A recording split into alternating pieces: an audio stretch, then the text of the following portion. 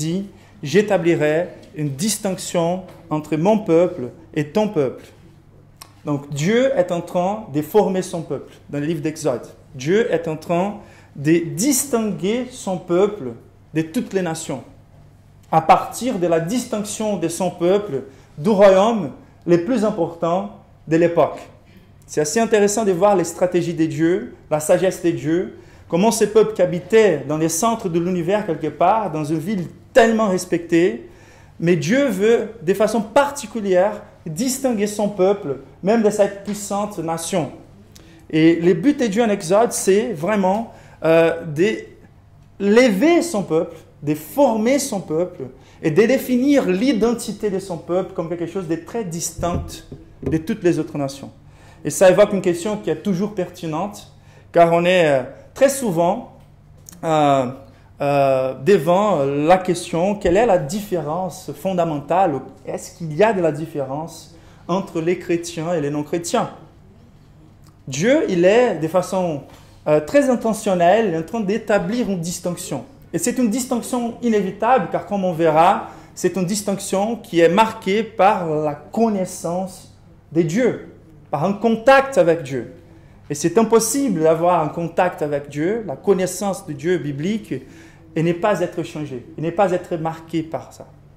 C'est intéressant donc comment Dieu est en train d'établir cette distinction et en train d'élever ses peuples.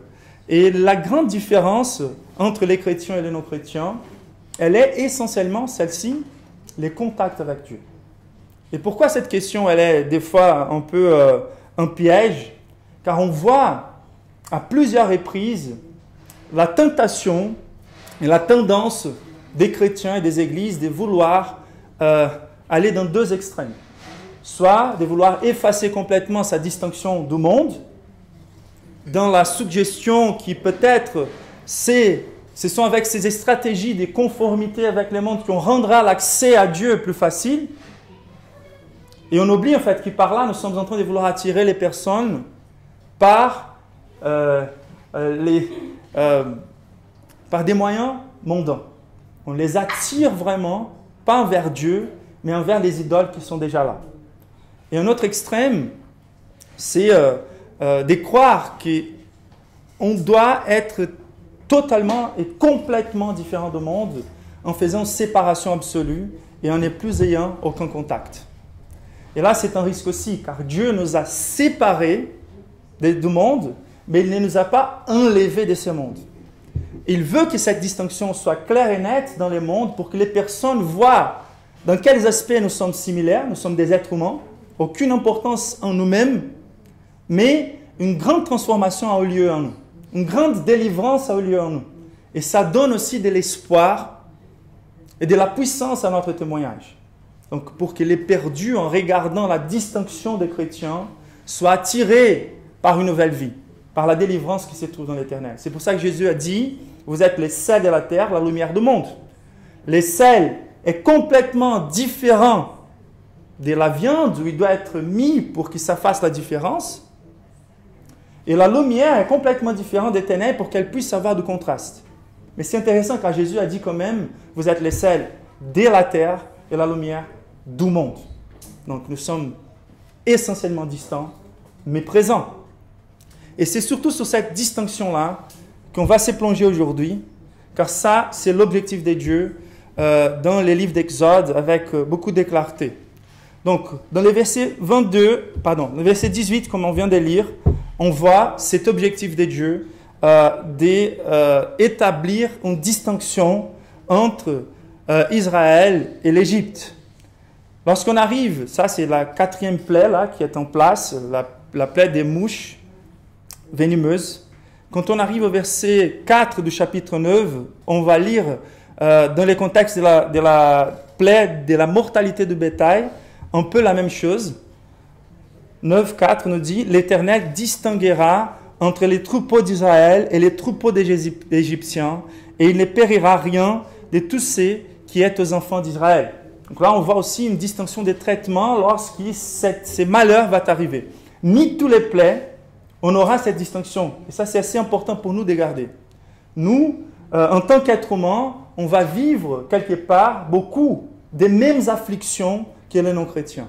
Ces promesses de triomphalisme absolu n'est jamais la promesse biblique pour la vie de chrétien dans ces côtés-ci de la vie. C'est-à-dire que par la réponse au même malheur, par les réconforts au même malheur, nous allons afficher l'excellence de Dieu, nous allons afficher la gloire de Dieu, la capacité de Dieu de nous conforter. D'accord? Mais il y aura des moments où Dieu fera clairement cette distinction entre ce que les chrétiens souffrent et que les non-chrétiens souffrent. Dans les chapitres 9, verset 25, lorsque la grêle se mêle avec le feu et qui touche à l'Égypte, la 7e plaie, on va retrouver aussi cette distinction. La grêle frappa dans tous les pays d'Égypte, tous ceux qui étaient dans les champs, depuis les hommes jusqu'aux animaux. La grêle frappa aussi toutes les herbes des champs et brisa tous les arbres des champs. Ce fut seulement dans les pays des Gozen, où étaient les enfants d'Israël, qu'il n'y eut point de grêle. Et la même chose va se passer dans la 10e plaie, lorsqu'il, dans le verset 7, il nous dit « Mais parmi tous les enfants d'Israël, depuis les hommes jusqu'aux animaux, pas même un chien ne remuera sa langue, afin que vous sachiez quelle différence l'Éternel fait entre l'Égypte et Israël. » Donc, Dieu, dans les livres d'Exode, il est en train de lever son peuple et de les distinguer du monde. Dieu veut lever un peuple distinct pour soi, en les distinguant de quelque chose et en les distinguant envers quelque chose.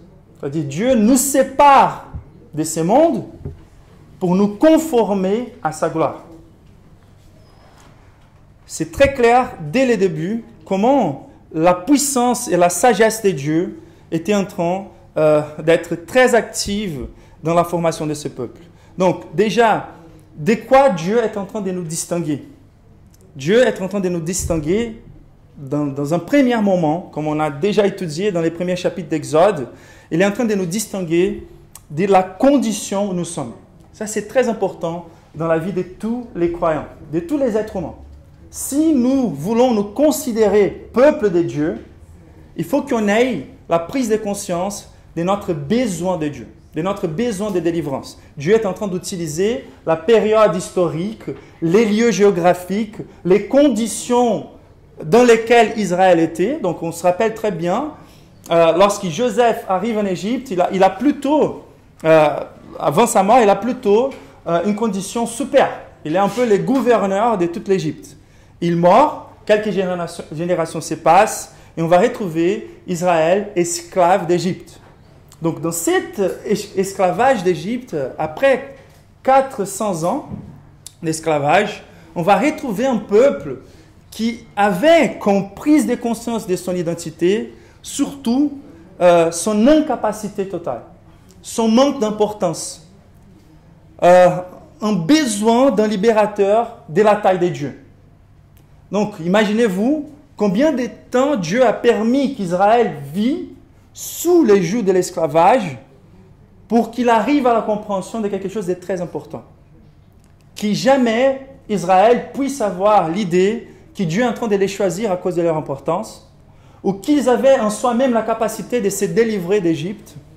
Et donc Dieu va mettre Pharaon, l'oppression, la persécution d'Israël et ses enfants comme les scénarios dans lesquels la première distinction devrait être claire dans leur cœur. Il n'y a aucune importance dans nous-mêmes, dès nous-mêmes.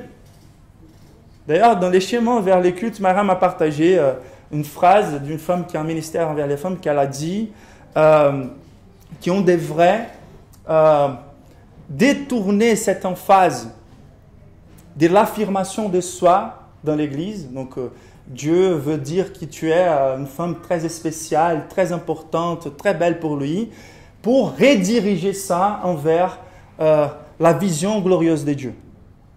Ce qu'elle veut dire par là, c'est que toujours quand on veut affirmer quelque chose par rapport à nous-mêmes, nos qualités à nous-mêmes, on a besoin toujours d'être réaffirmé. Mais lorsqu'on voit vraiment que notre identité est basée sur Dieu lui-même, là, on a une rassurance qui ne s'effondre pas. Et donc, la première chose qui distinguait Israël, c'était cette prise de conscience de son besoin d'un libérateur de la taille de Dieu. Les choix qu'il a fait de son peuple et les choix de son peuple dans cette condition particulière et les choix d'un médiateur qui était très faible. On a passé 2-3 dimanches en considérant les faiblesses de Moïse, les manques de foi de Moïse, la résistance de Moïse d'accomplir l'œuvre de Dieu. Moïse n'est pas du tout l'héros de cette histoire. L'héros de cette histoire, c'est Dieu lui-même. Et donc, la première chose que les chrétiens connaissent, si nous voulons nous considérer peuple de Dieu, il faut qu'on ait la prise de conscience de quel était notre besoin, quelle était la caractéristique de nos vies dans l'esclavage. Mais nous sommes aussi distingués envers quelque chose. Et c'est envers la connaissance, envers la communion et envers la conformité avec Dieu. Connaissance, communion et conformité. C'est ça qu'on était en train de voir aussi dans ces prédications, dans l'Exode. Déjà, Dieu, il se dévoile à Moïse en donnant des contenus par rapport à soi-même. Un contenu très, très résumé, mais assez suffisant et assez puissant. Il y avait 2 vérités essentielles que Dieu communiquait. C'était la première, le fait qu'il était le Dieu tout-puissant et en même temps qu'il avait une affection pour son peuple. C'est-à-dire qu'il a choisi un peuple, il était déterminé à les traiter comme des fils aînés. C'est ça en fait ce que Dieu veut le plus communiquer à ses enfants. Et donc, il le fait par parole déjà, par des promesses. Et par parole, Dieu l'a fait quoi? Dieu a porté cette conviction. Moi, je suis le Dieu Tout-Puissant. Et j'ai décidé par serment même, j'ai établi une alliance avec vous pour vous libérer de votre malheur et vous mettre dans des conditions meilleures pour avoir la communion avec moi. Et en ayant la communion avec Dieu, les peuples de Dieu passent à être distingués par la conformité avec Dieu. Donc, le livre d'Exode, il a une symétrie très intéressante. Donc, le numéro 10 dans la Bible, il a toujours la notion de plénitude. Et on voit cette symétrie entre 2 moments très spécieux dans le livre d'Exode, les 10 plaies et les 10 commandements. Et ça, c'est super intéressant, car les 10 plaies, elles vont plutôt communiquer les moyens à travers lesquels Dieu va libérer son peuple, les moyens à travers lesquels Dieu va détruire la totalité des dieux d'Égypte. Il y en avait au moins 80 dieux en Égypte. Et 10, c'est un numéro suffisant pour détruire la totalité de ces dieux-là. Et en même temps, en libérant Israël, Israël passe à célébrer, à avoir communion avec Dieu, et ensuite Israël va recevoir les 10 commandements et aussi toutes les autres lois. Et les 10 commandements qui vont résumer la perfection de la loi de Dieu et qui seront des paramètres pour la conformité. Cet ordre-là, elle est très importante. Pourquoi cet ordre est très important? Car on voit que Dieu donne la loi après qu'il ait libéré son peuple. Son peuple qui ne méritait rien, son peuple qui n'avait pas la capacité de se libérer. Et qu'est-ce que cela veut nous communiquer? Que pour qu'on soit sauvé, ça ne compte pas nos efforts ou notre obéissance. Pour qu'on soit sauvé, Dieu ne nous donne pas la loi.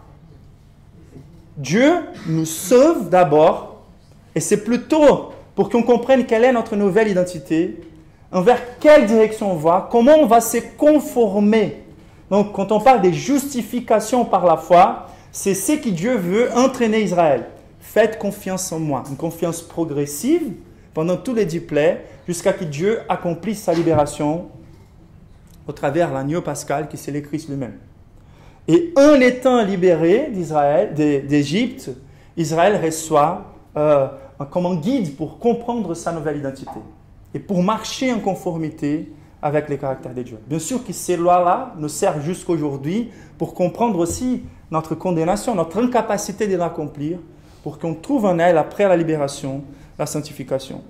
Mais sanctification, c'est quelque chose qu'on va faire et vivre avec Dieu.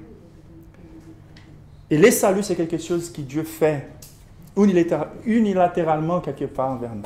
C'est lui qui vient quand on est, comme dit Paul, mort dans nos délits et péchés. Et donc, dans ces rythmes-là, on voit cette symétrie entre, dans les livres d'Exode, les 10 plaies, les 10 commandements.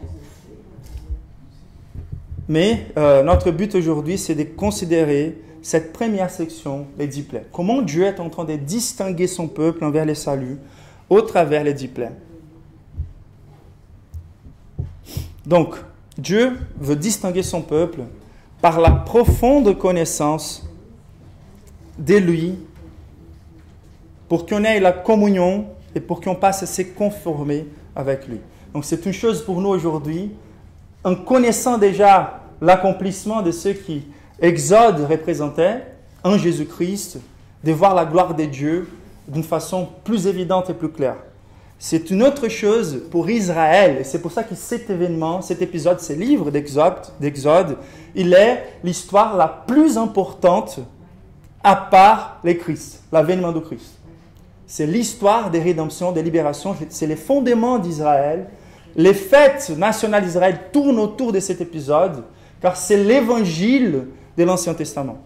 Et dans cette théâtralisation réelle de l'évangile, on est en train de voir de façon incroyable comment Dieu sauve son peuple. C'est la présentation de Dieu. Donc Dieu communique le fait qu'il est tout-puissant et qu'il s'attache à son peuple par parole, mais il manque aussi encore à Israël et à Moïse la vision de cette réalité.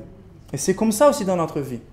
Nous, on peut avoir une connaissance théorique de Dieu et du salut, mais tant que ça ne soit pas une réalité dans nos vies, tant qu'on n'ait pas expérimenté cette libération de l'oppression du péché, de l'oppression spirituelle, on n'a pas cette connaissance de Dieu qui nous pousse vers l'avant, qui nous rassure dans la foi.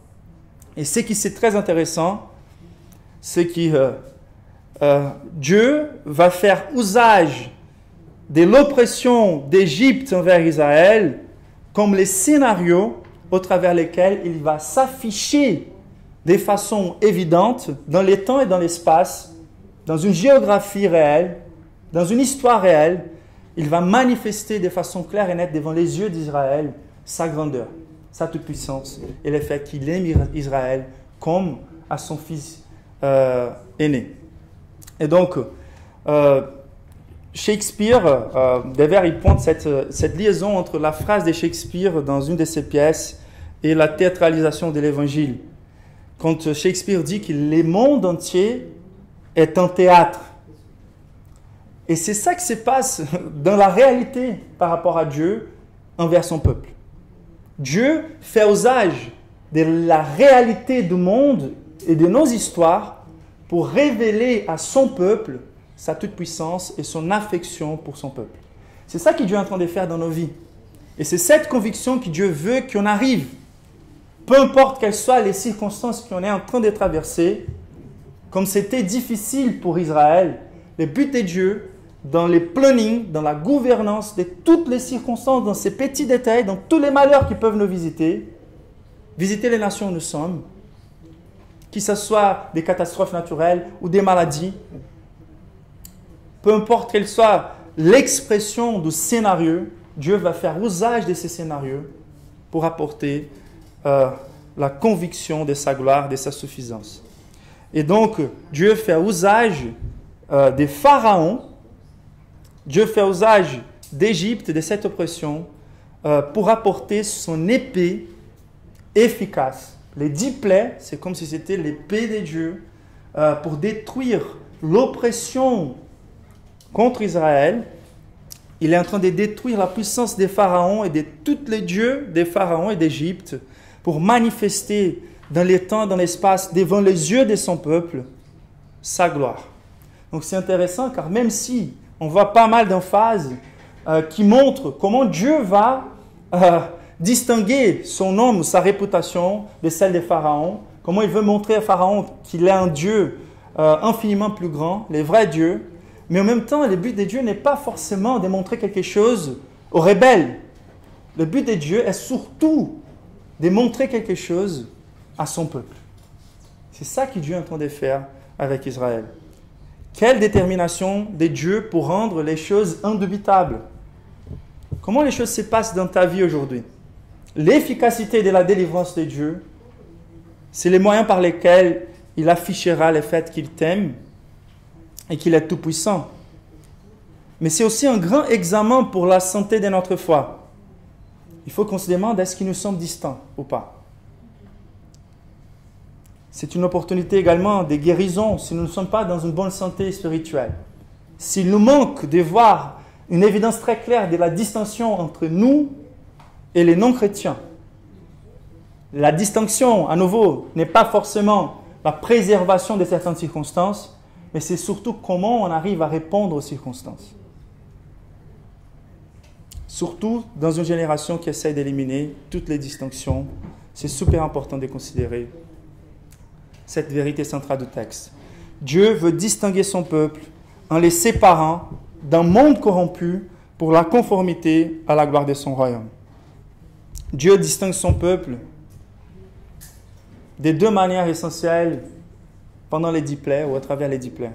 La première, c'est Dieu distingue son peuple des pouvoirs corrompus de ce monde. Et la deuxième, Dieu distingue son peuple pour attester, profiter et se conformer à sa gloire. Donc la première chose, c'est comment Dieu nous distingue des pouvoirs corrompus de ce monde. Ce sont des pouvoirs naturels et ce sont des pouvoirs surnaturels.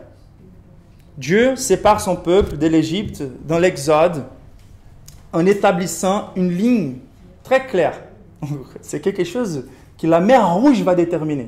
Ça va être quelque part la représentation de la séparation finale, la destruction des rebelles et les saluts des élus. Dans la fin des temps, c'est ça qui va arriver au peuple de Dieu. L'Église invisible, ça veut dire la vraie Église, sera distinguée de l'Église visible, celle qui est mélangée avec des soi-disant chrétiens et des vrais chrétiens. Et tous les rebelles aussi qui seront en opposition à Dieu. Donc ça, c'est une imagerie que la Bible nous présente quand Israël va traverser la mer Rouge et que la mer Rouge va se fermer. Donc là, on voit clairement la distinction finale que Dieu va établir. Mais Dieu, il est déjà en train d'établir cette ligne par d'autres moyens, comme par l'établissement des sacrements. Il avait déjà établi, quelques siècles en avant,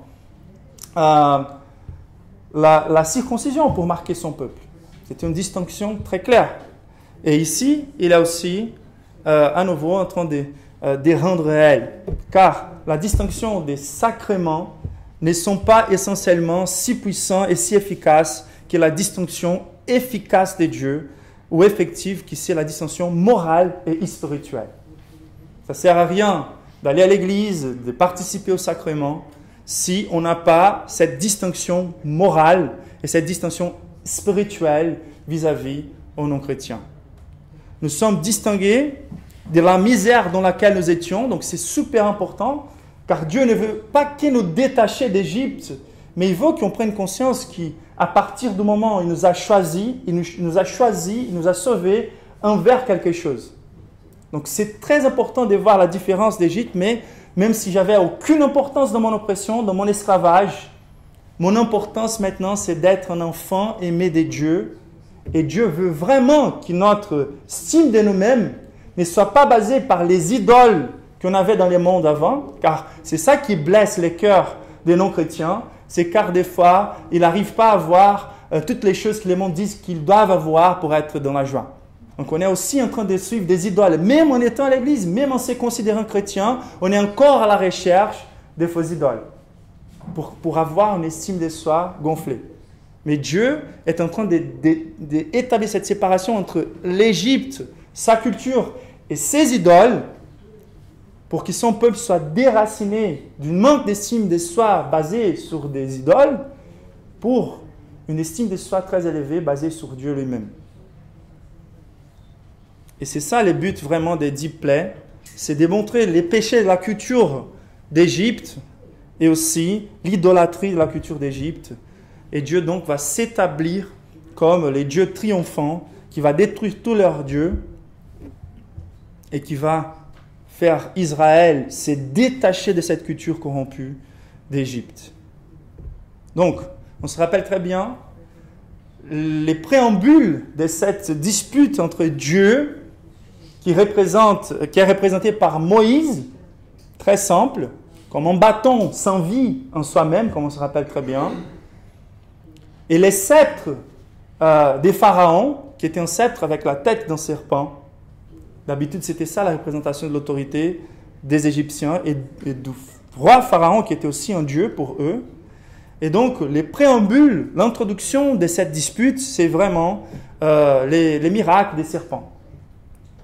C'est Dieu qui va rentrer dans une dispute envers Pharaon, surtout car en Exode chapitre 5, verset 1, lorsque Moïse parle à Pharaon de libérer le peuple, la réponse de Pharaon va être « Qui est l'Éternel pour que je obéisse sa voix ?» Donc, il est en train de mépriser l'Éternel, il est en train de se confronter à l'Éternel, et c'est à partir de là que la confrontation, elle commence. Et la confrontation va prendre une forme qui marque beaucoup les disputes des armées des rois. C'est très intéressant ce qui se passe dans les structures inspirées des dieux dans les livres d'Exode. Il y a une caractéristique très intéressante. Les 10 plaies sont structurées par 3 groupes de 3 et une plaie finale, la 10e. Et dans ces 3 groupes de 3, il y a une séquence qui va se répéter. Dieu va dire à Moïse et Aaron de rencontrer Pharaon à la rivière, car la plus grande probabilité, c'est qu'il s'agissait d'un lieu d'adoration aux principaux dieux d'Égypte, car le Nil était quelque part la source de vie et il était très adoré à cause de ça. Donc c'était comme si Dieu était en train d'établir un défi de Moïse et Aaron envers Pharaon dans les sanctuaires. Donc c'était une question quelque part sacerdotale. L'autorité des divinités était en dispute. Ensuite, Moïse et Aaron devraient être au palais de Pharaon. Et là, c'est clairement une dispute d'autorité et de puissance dans le sens des gouvernances. Par là, on voit une dispute entre des rois, une dispute entre des dieux, une dispute entre des rois. Et ensuite, Dieu donnait la 3e plaie dans ces séquences de 3 plaies. C'était toujours quelque chose sans préavis. Comme si Dieu était en train juste de se manifester comme vraiment les dieux au-dessus de tout autre Dieu. C'est lui qui va apporter les jugements à la fin contre tous les faux dieux. Et c'est très intéressant donc dans cette structure-là de contempler la progression des jugements des dieux envers Pharaon, qui communique aussi la patience des dieux envers Pharaon. Et donc, dans les versets 12 du chapitre 12, lorsqu'on arrive à la dernière plaie, on voit un résumé de but des dieux avec les 10 plaies, où il dit « Cette nuit-là, je passerai dans les pays d'Égypte et je frapperai tous les premiers-nés du pays d'Égypte, depuis les hommes jusqu'aux animaux, et j'exercerai des jugements contre tous les dieux d'Égypte. Je suis l'Éternel. » Là, son objectif, c'était clairement de détruire tous les dieux d'Égypte. La dernière plaie, c'est la plus terrible, c'est la mort des premiers-nés, vraiment, de toute l'Égypte, après qui Pharaon endurcit à plusieurs reprises son cœur, et après qui Dieu, comme jugement aussi, est en train d'endurcir le cœur de Pharaon, après toutes ces résistances aux opportunités de repentir, Dieu arrive à ce point culminant où c'est une question familiale. C'est un homme méchant qui veut empêcher un père d'avoir la communion avec son enfant. Et ce père a toute la puissance et il est en train d'avertir. Et quand même, cet ennemi veut préserver, en train de séquestrer l'enfant aîné de ses pères. Donc Dieu a cet amour pour nous qui veut nous voir complètement détachés des chaînes de péché, de l'oppression de l'esclavage de péché et de toutes les conséquences du péché. C'est cet amour triomphant de Dieu qui va vaincre à la fin. Et comment ces choses se manifestent de façon didactique dans les 10 plaies. Donc comment Dieu est en train de détruire tous les dieux d'Égypte. On n'aura pas le temps de regarder dans tous les détails les 10 plaies, mais on va faire un panorama quand même des 10 plaies. Et donc la première plaie, c'est vraiment, comme Steph nous a montré, la transformation de l'eau du Nil en sang. Dans les versets 17 du chapitre 7, l'Éternel dit à ceci, tu connaîtras que je suis l'Éternel, je vais frapper les eaux du fleuve avec la verge qui est dans ma main, et elles seront changées en sang. Donc, Là, c'était une attaque aux ressources, à la richesse, à l'ordre économique d'Égypte. Toute la vie en Égypte, toute l'économie en Égypte, elle venait de ce qui s'est passé autour du Nil. Et comme les villes et les nations étaient structurées plutôt par là, à cette époque-là, c'était vraiment les patrimoines, les patriotismes et l'orgueil national des Égyptiens. C'était la capacité du Nil de fournir de l'eau et de fournir des poissons et de développer beaucoup d'économies autour de ces activités qui venaient d'autour de la rivière. Et là, en fait, lorsque cette catastrophe arrive, c'est comme si nous, soit dans nos vies personnelles ou en tant que nation, c'est comme si on était en train de passer par une grande crise économique, pour un grand manque de ressources. Mais plus que les problématiques naturelles étaient l'attaque des dieux contre les dieux de la rivière. Donc on voit qu'il y avait pas mal des dieux qui étaient caractéristiques du Nil, les dieux des eaux, en fait, qui étaient considérés, les Nils, comme les flux sanguins sacrés d'Osiris, qui étaient les dieux des morts, et aussi les dieux Sotis et Khnum, qui étaient des dieux du Nil pour protéger et préserver les vies qui étaient là-bas. Et là, c'est une première attaque des dieux sur la chose la plus fondamentale d'Égypte, sur les dieux les plus importants quelque part d'Égypte. Et c'est la première fois que Dieu va frapper l'Égypte avec cette crise-là. Ensuite, donc on voit que la réponse des pharaons, c'est que les magiciens ont fait quelque chose de similaire et Pharaon va mépriser. Dans le verset 23, il nous dit, il n'est pris pas à cœur, même à cœur ces choses-là. Donc aux premières attaques, Pharaon ne prend même pas à cœur ces choses-là. Et là, c'est super important qu'on examine aussi la façon dont on répond aux manifestations du jugement de Dieu. Des fois, ça commence avec une frappe et peut-être ces choses seront progressives jusqu'au moment où Dieu nous humilie pour qu'on puisse vraiment trouver les saluts à travers lui. Ce n'est pas le cas pour Pharaon. La deuxième plaie, c'est manifesté comme la plaie des grenouilles. Le verset 26 du chapitre 7, Dieu dit, va vers Pharaon. Donc là, il va retrouver Pharaon dans les palais et apporter cette menace au chapitre 8, verset 1.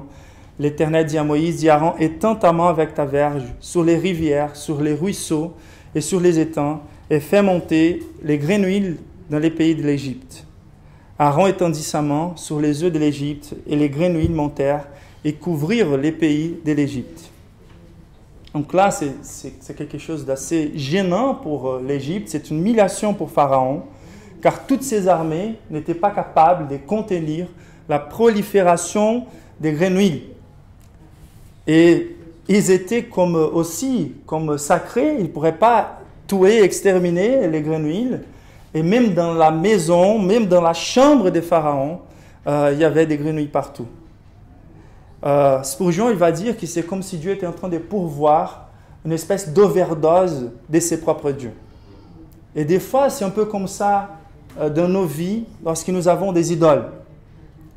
On a certains plaisirs, certaines idoles dans nos vies, et l'overdose de certaines idoles finissent pour nous montrer quel est le caractère de ces dieux-là. Donc, tout comme Dieu est omniprésent, Dieu a dit à l'Égypte, ok, vous voulez traiter ces animaux comme des dieux, donc tenez l'omniprésence de ces dieux-là et regardez leur caractère. Voyez si ça fait du sens que ça soit traité comme une divinité. Et après, avec les pourrir et la mort de ces animaux, Dieu est en train de montrer leur totale incapacité de bénir Égypte. Mais c'est intéressant car la déesse représentée par les grenouilles, c'était la déesse Heqt, qui était la déesse de la naissance. ou la déesse ou la matrone des sages-femmes. Et ça, c'est assez intéressant de voir comment Dieu est en train de répondre aux crimes des pharaons.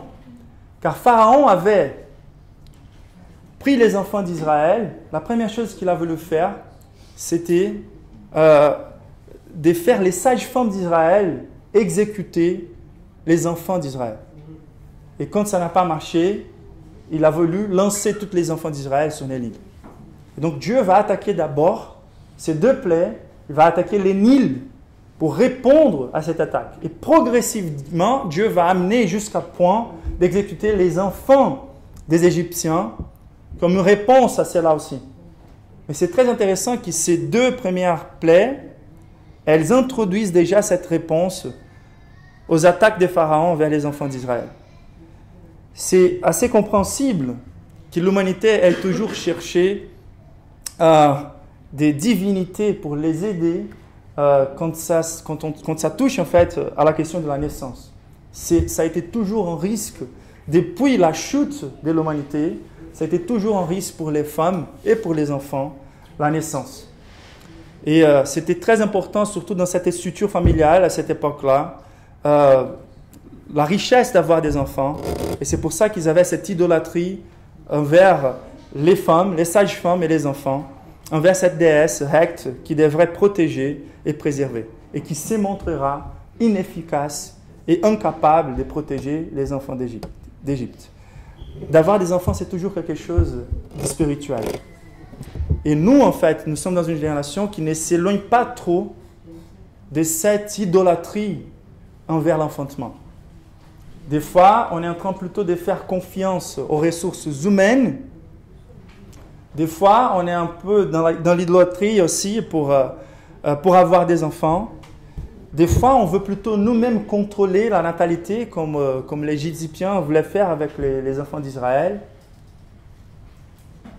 Et il faut qu'on soit en train plutôt de reposer sur les directives de Dieu pour qu'on ait des enfants.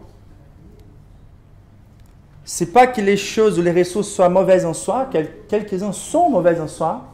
Okay? Les quelques contraceptifs, ce sont des sacrifices qu'on est en train de faire à des idoles pour contrôler quelque chose qui c'est à Dieu de contrôler, d'une manière qui ne plaît pas à Dieu.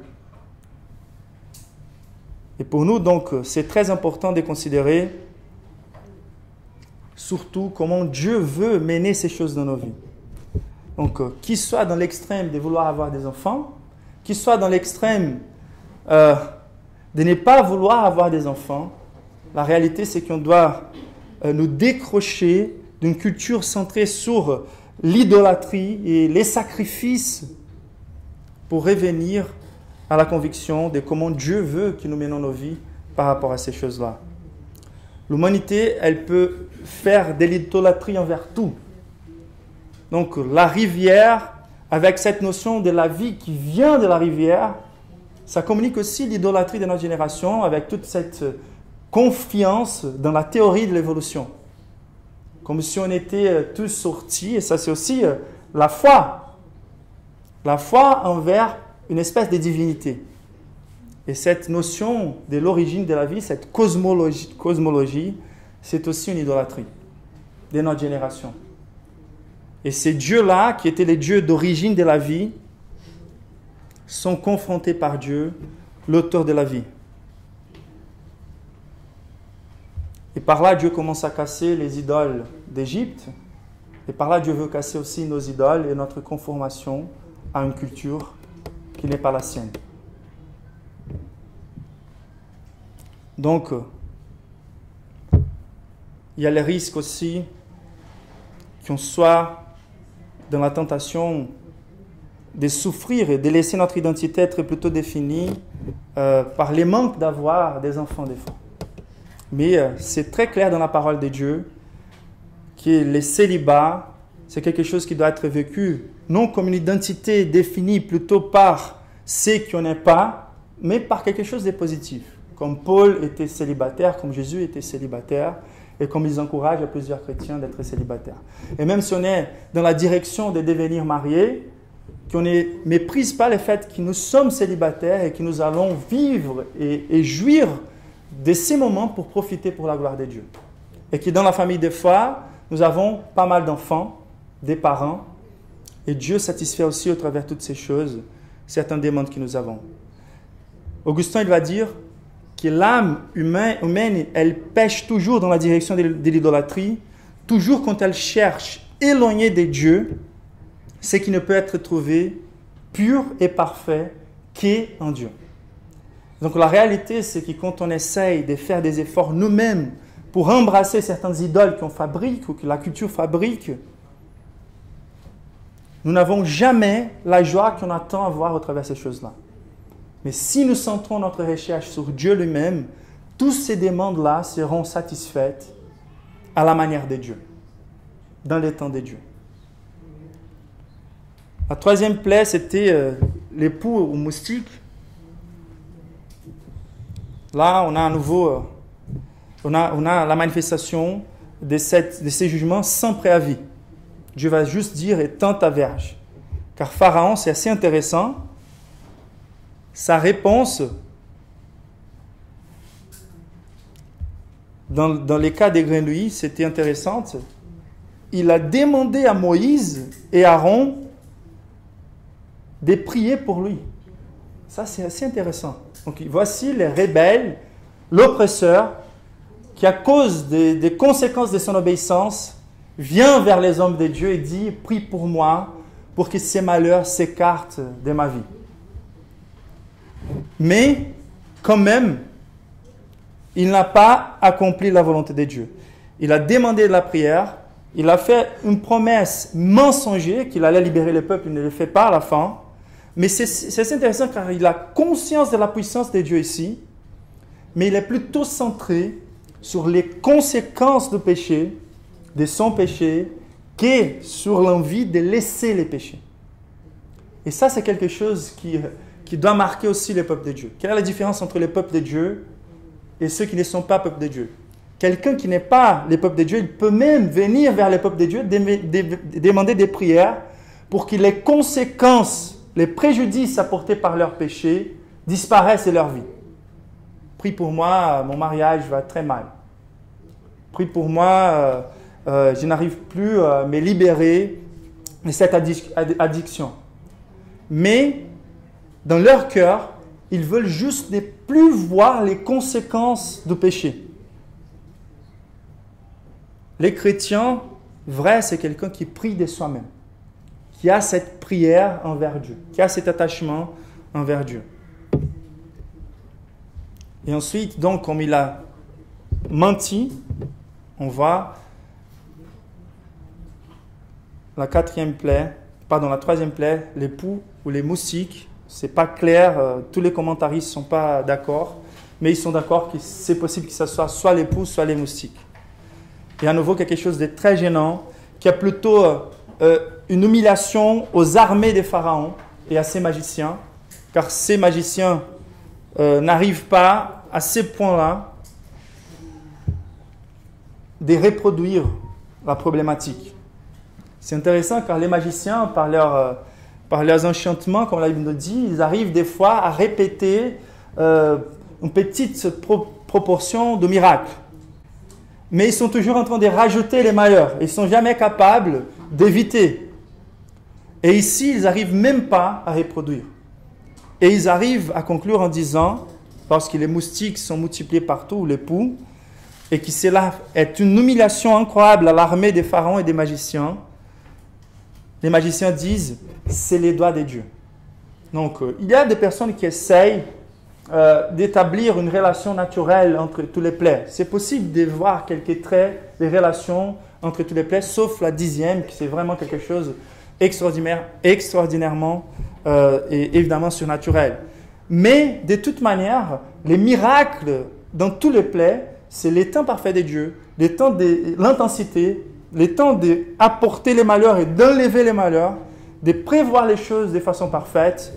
Mais il y a même certains points où c'est impossible de renier le fait que c'est miraculeux. Car il y a des moments où Dieu va dire la poussière est devenue des poux ou des moustiques. Et donc c'est assez intéressant de regarder dans ces points-là comment même les magiciens des Égyptiens ont eu cette capacité de dire c'est les doigts de Dieu. Et c'est un malheur de voir comment les chrétiens veulent toujours s'attacher à Discovery Channel pour vouloir expliquer les miracles de la Bible. C'est comme si on voulait enlever les surnaturels du point principal que Dieu veut faire. Et même les magiciens des pharaons avaient la capacité de dire c'est les doigts de Dieu. Là, on ne peut rien faire. Et même avec cette prise de conscience que c'était les doigts de Dieu, la Bible nous dit à nouveau, Pharaon a endurci son cœur. Ça veut dire qu'avec l'endurcissement de son cœur, Pharaon est ici responsable, avec la clarté biblique de ces versets-là. À plusieurs reprises, c'est Pharaon qui endurcit son cœur. Et à partir d'un moment donné, la Bible va changer l'emphase et va montrer comment Dieu a endurci le cœur des pharaons. Donc, il y a une compatibilité biblique où les deux choses se passent en même temps, mais il y a aussi une emphase biblique pour montrer dans quel point c'est plutôt Pharaon qui est là en train d'endurcir son propre cœur et à quel point, comme jugement de Dieu, Dieu va endurcir son cœur aussi. Ensuite, la quatrième plaie, on voit les mouches venimeuses. Et là, c'est plutôt une attaque au dieu Wati.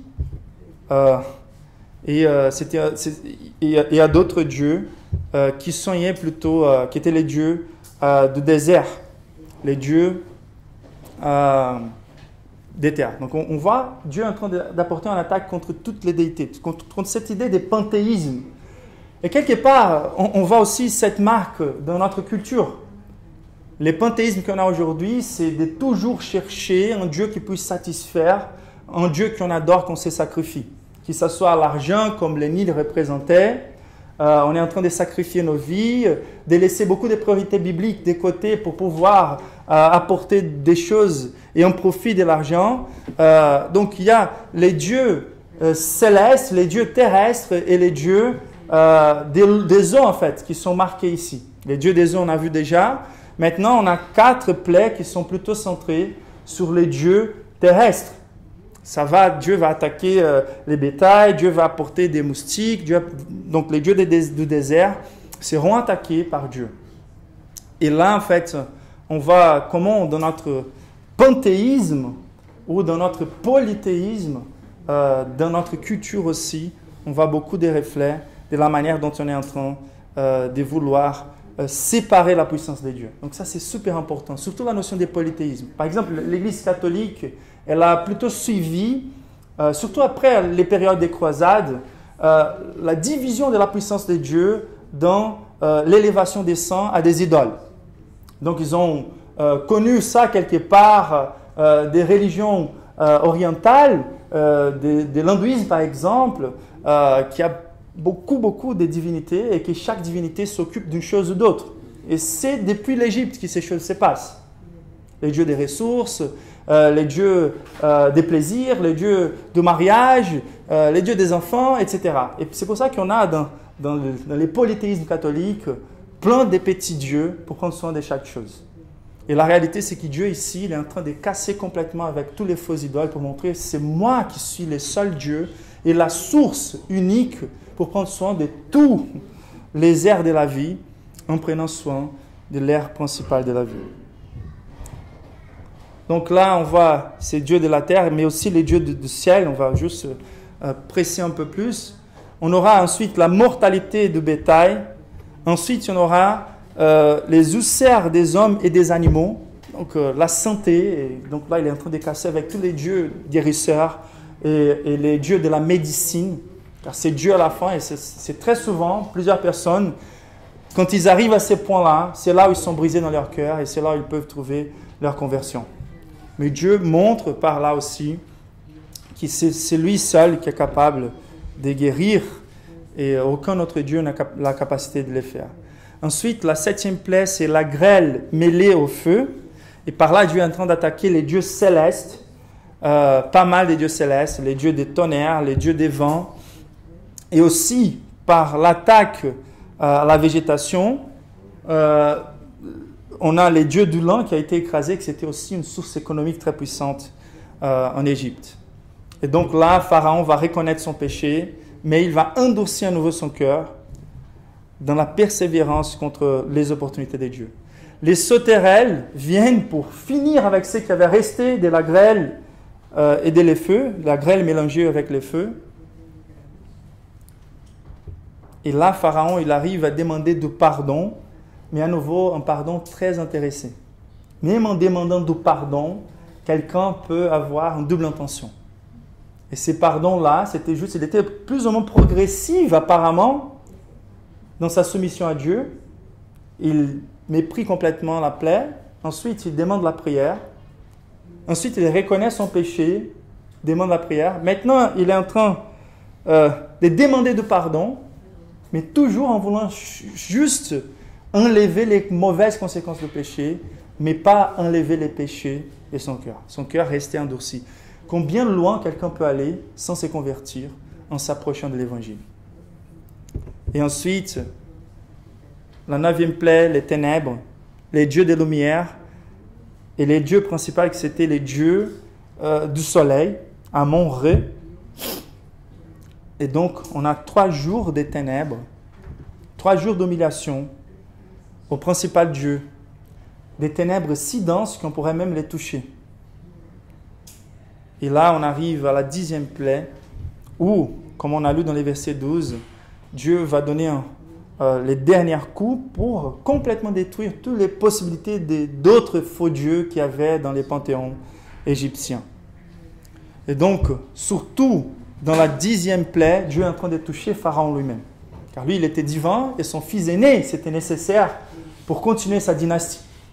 Donc là, Dieu est en train d'exécuter vraiment la divinité des pharaons et la puissance de toutes les armées futures des Égyptiens, comme les Égyptiens ont voulu faire avec Israël au début. Et donc, dans la 10e plaie, on va voir comment Dieu va pourvoir la délivrance d'Israël. Ça, c'est très important, car Dieu est en train de distinguer son peuple, mais il est en train de marquer son peuple. Car lorsque Dieu se manifeste entre les êtres humains, il n'y a pas de distinction entre nous dans ce qui concerne notre culpabilité devant Dieu. Dieu est infiniment saint et ni en Israël on trouvera quelqu'un capable de se tenir devant la présence de Dieu saint. Et c'est Dieu lui-même qui doit pourvoir un moyen pour que nous soyons punis ailleurs, dans la personne de son Fils, par l'agneau pascal, pour qu'on puisse tenir dans la présence de Dieu.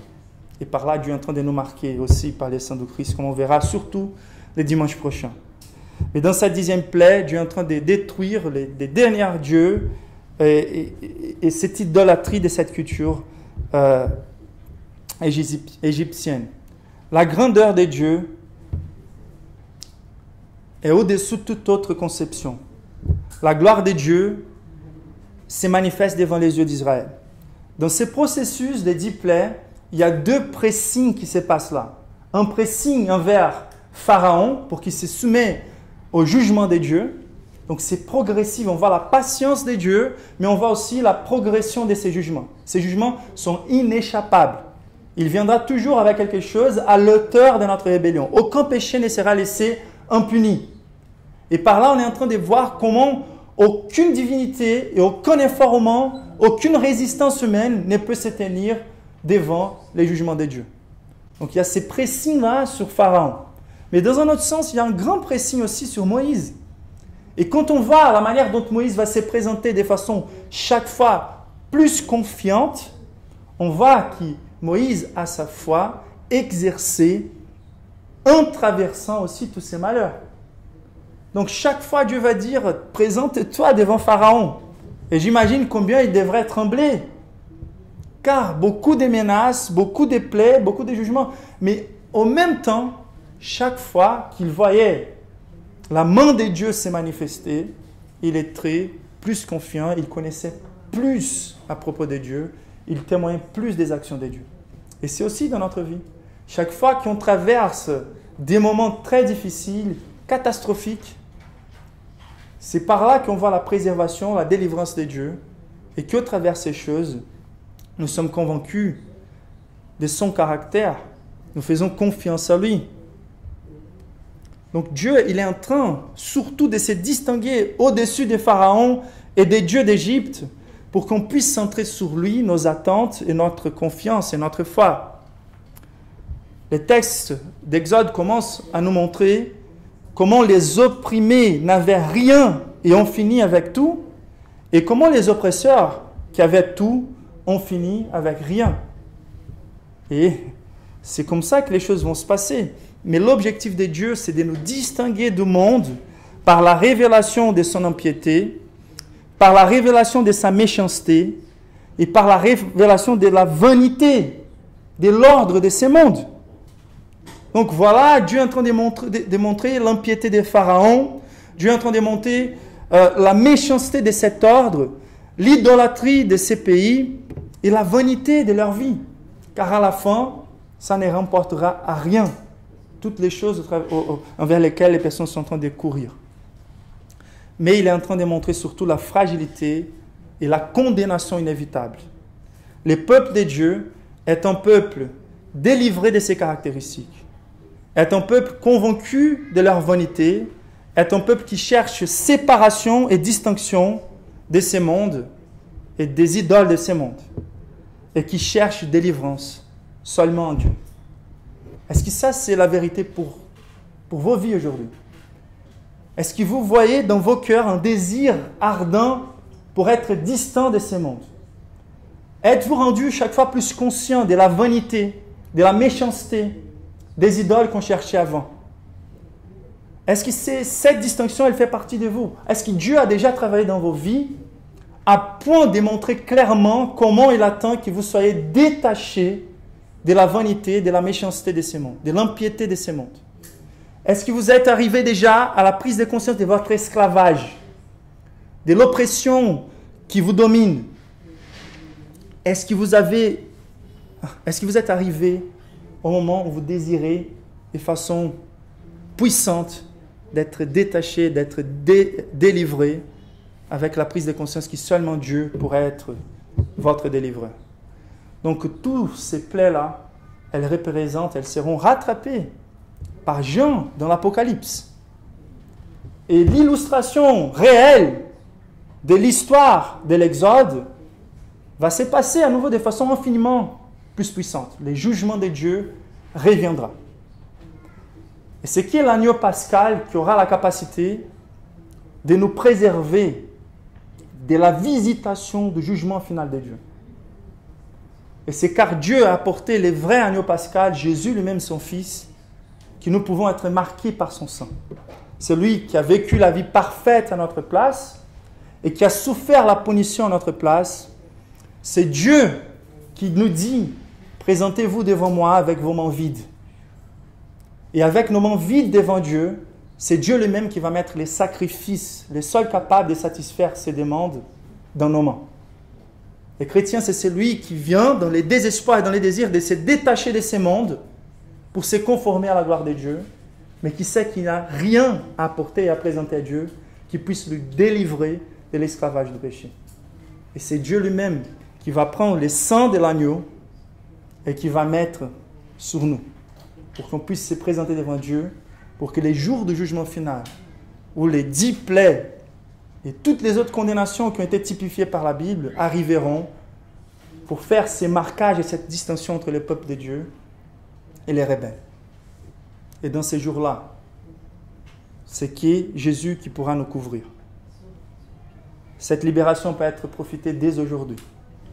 Il faut qu'on voit cette réalité déjà dans nos vies, dès aujourd'hui. D'être couvert par les sangs de l'agneau commence aujourd'hui. Et d'être distingué par les sangs de l'agneau commence aujourd'hui. La grande caractéristique du chrétien, c'est, d'un côté, ce détachement du monde et des puissances de ces mondes. Et c'est un détachement vers la gloire de Dieu, c'est ce qu'on verra les dimanches prochains. Mais de ces détachements de ces mondes, il faut qu'il soit une réalité dans nos vies dès aujourd'hui. Les triomphes de Dieu contre l'esclavage du péché dans nos vies. Est-ce que vous faites confiance à la façon de Dieu de vous délivrer, à la puissance de Dieu pour les délivrer? Quelle est la source de votre joie? Est-ce que vous avez plus de plaisir dans l'esclavage d'Égypte ou la louange même au désert. Est-ce que vous avez encore aujourd'hui plus de plaisir dans les lumières des Champs-Élysées ou dans une petite église au milieu du désert qui éclate la gloire de Dieu? Quelle est la source de votre motivation pour proclamer l'Évangile? Est-ce que vous êtes découragé par tous les faux dieux de Paris et cette mentalité qui dit c'est très résistant, ou vous êtes plutôt motivé par l'autorité suprême du roi qui nous envoie pour proclamer sa délivrance? Il faut qu'on voit vraiment à quel point cette distinction s'est arrivée dans nos vies. Car l'essence du chrétien, c'est quelqu'un qui est marqué par la contemplation d'un Dieu glorieux, capable de nous délivrer. C'est ça qui marque les vrais chrétiens. Sa vision de Dieu. Sa vision glorieuse d'un Dieu délivreur.